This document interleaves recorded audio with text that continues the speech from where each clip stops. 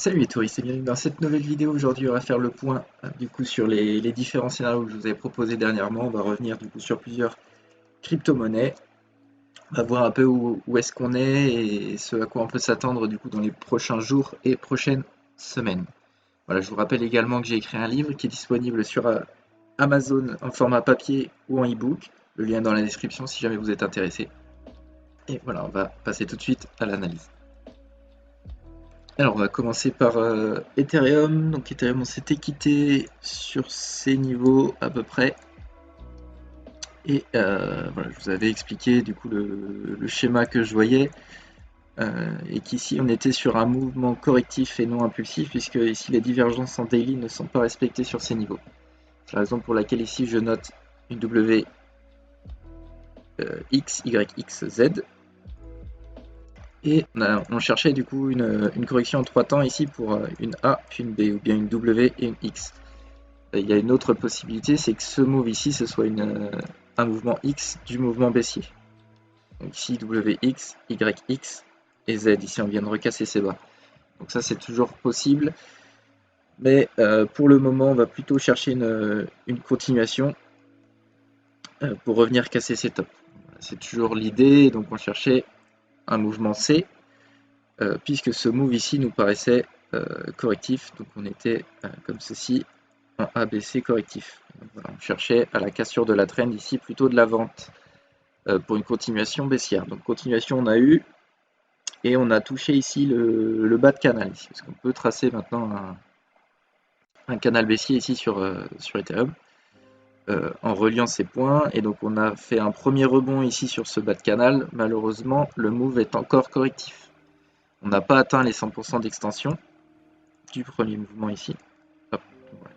1180 pour les 100% d'extension qui n'ont pas été touchés. On a cependant ici un gros niveau de support, ici qui était intéressant à observer, qui aurait pu faire repartir les prix pour une reprise haussière. Voilà, malheureusement, comme je vous ai dit, c'est que le move en cours ici me paraît encore correctif. Donc la même chose qu'ici. Donc là, 1, 2, 3, ici un connecteur, et donc on peut refaire ici un move similaire à celui-ci pour une correction plus grande avant le drop. Ou bien on peut avoir le drop tout de suite. C'est-à-dire 1, 2, 3, et donc là on fait juste le départ ici, 1, 2 et le drop tout de suite. Donc, semaine qui semble plutôt négative en approche. Et voilà, pourquoi je commence par Ethereum aujourd'hui, c'est par rapport du coup à cette structure. Et on va voir que sur les autres cryptos, c'est la même chose pour la plupart. Donc ici on a un premier mouvement correctif avec pour objectif de revenir casser ce bas. Et donc là voilà, il est toutefois possible de revenir refaire un plus haut marginal avant le drop pour une correction ici un peu plus large. Et voilà, si toutefois on a une continuation baissière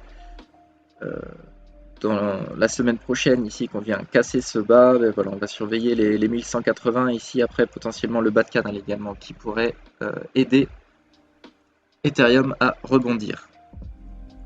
Et donc voilà, si on fait bien ici un mouvement ABC, attention à ce qu'on ne soit pas impulsif, mais si voilà, on est bien ici à ABC comme ceci, on va chercher après une continuation pour casser ce top. Voilà dans l'idée. Si toutefois on a ici une accélération baissière forte, et là il faudra se méfier à ce qu'on n'ait pas de nouveau setup baissier pour une continuation en 5 temps et venir casser ces bas. Voilà pour Ethereum. Ici donc en interne plutôt mouvement correctif, donc on s'attend à une continuation baissière à suivre. Bitcoin. Alors Bitcoin, je vous avais présenté un scénario ici en ABC, puis ici une ABC en flat étendue, avec ici un mouvement en 5 temps. Et donc là, on avait eu un mouvement qui aurait pu vraiment correspondre à notre schéma. Malheureusement, on est venu casser le dernier bas, ce qui invalide ici notre schéma impulsif. Donc on cherchait du coup un mouvement A, B et C comme ceci, avant une correction pour une continuation derrière, toujours en mouvement correctif. Malheureusement, ici ce move qui aurait pu être le mouvement impulsif qui était annonciateur du départ du move plus grand, donc comme ceci, a été invalidé puisqu'on a cassé ce bas ici. Donc là c'est compliqué, on peut être ici en ABC comme ceci. Donc là j'ai du mal maintenant à imaginer ce scénario en A, B, C comme ceci, puisque là en fait ce move je ne le comprends pas vraiment pour le moment. Quoi qu'il en soit, même chose que pour Ethereum, c'est que bah, ici on a un mouvement plutôt correctif avec quelque chose hop, comme ceci en 3 temps, puis un connecteur, et donc là pareil on peut refaire un 3 ici avant un drop ou un drop tout de suite. Même chose que pour Ethereum dans l'idée.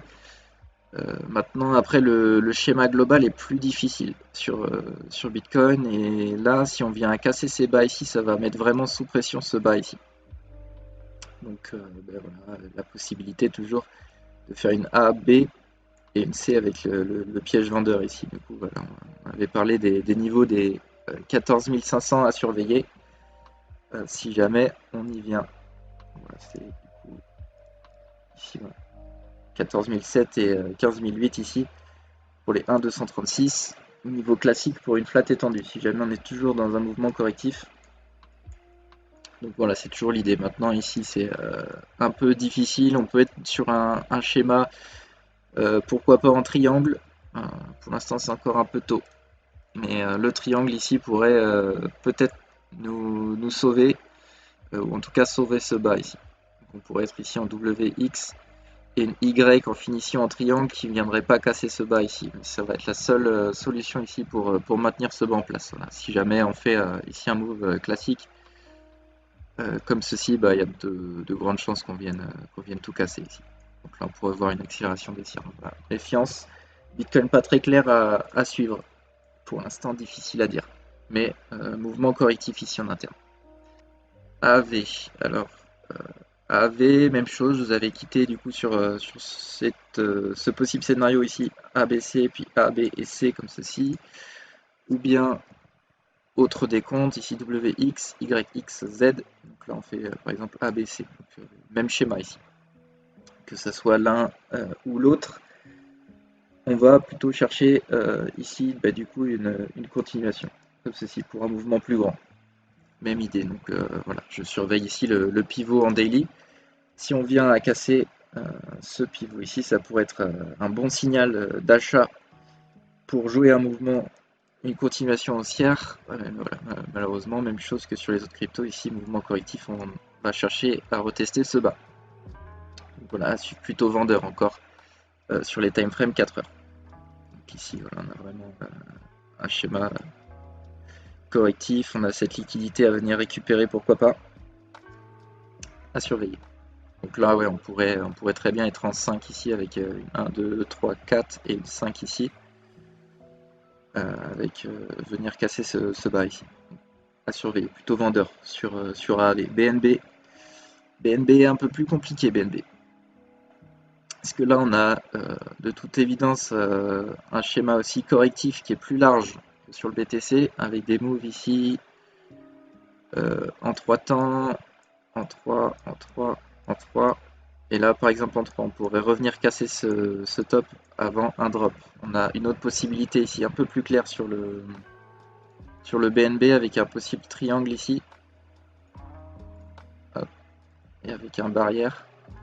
Donc on pourrait faire par exemple ici un premier move et après A, B, C, D, E. Ici avant un drop et peut-être une reprise derrière pour faire une A, B et C comme ceci. Donc là, à plus grande échelle, ça fait beaucoup de tracés. J'espère que vous me suivez.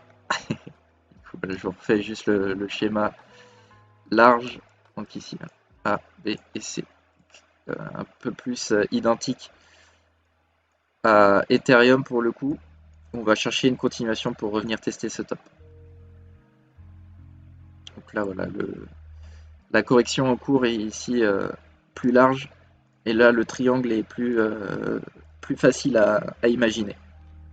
Ou bien on peut être sur une structure complexe à base de WX, YX et Z ici, qui pourrait même venir casser ce top. Donc là, voilà, on surveille BNB. En tout cas, il résiste vachement bien contre le Bitcoin. Maintenant, voilà, à suivre ce qu'il va nous faire. Donc ici, si par exemple il valide le triangle, ici ça validera que ce move c'est vraiment un mouvement B et que ce n'est pas un mouvement 2. Voilà, je vous rappelle les règles des vagues d'Elliott, une vague 2 ne peut pas être un triangle. Donc ici, voilà, si on est en triangle, on sera bel et bien en vague B, et donc on ira chercher ici les 100% d'extension voilà, sur ces niveaux ici pour jouer un achat.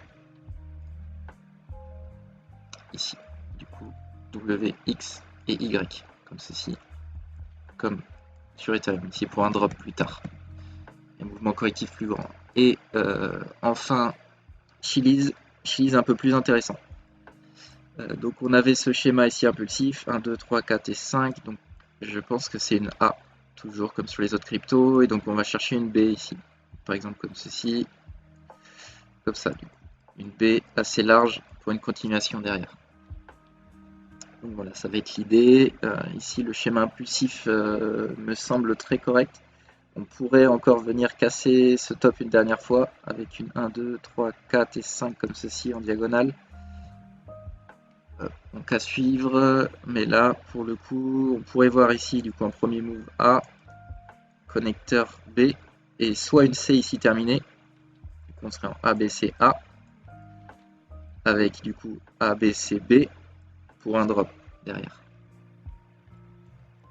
Hop, hop, on ira chercher du coup une B mais à plus grande échelle et derrière 1, 2, 3, 4, 5 pour une C, pourquoi pas.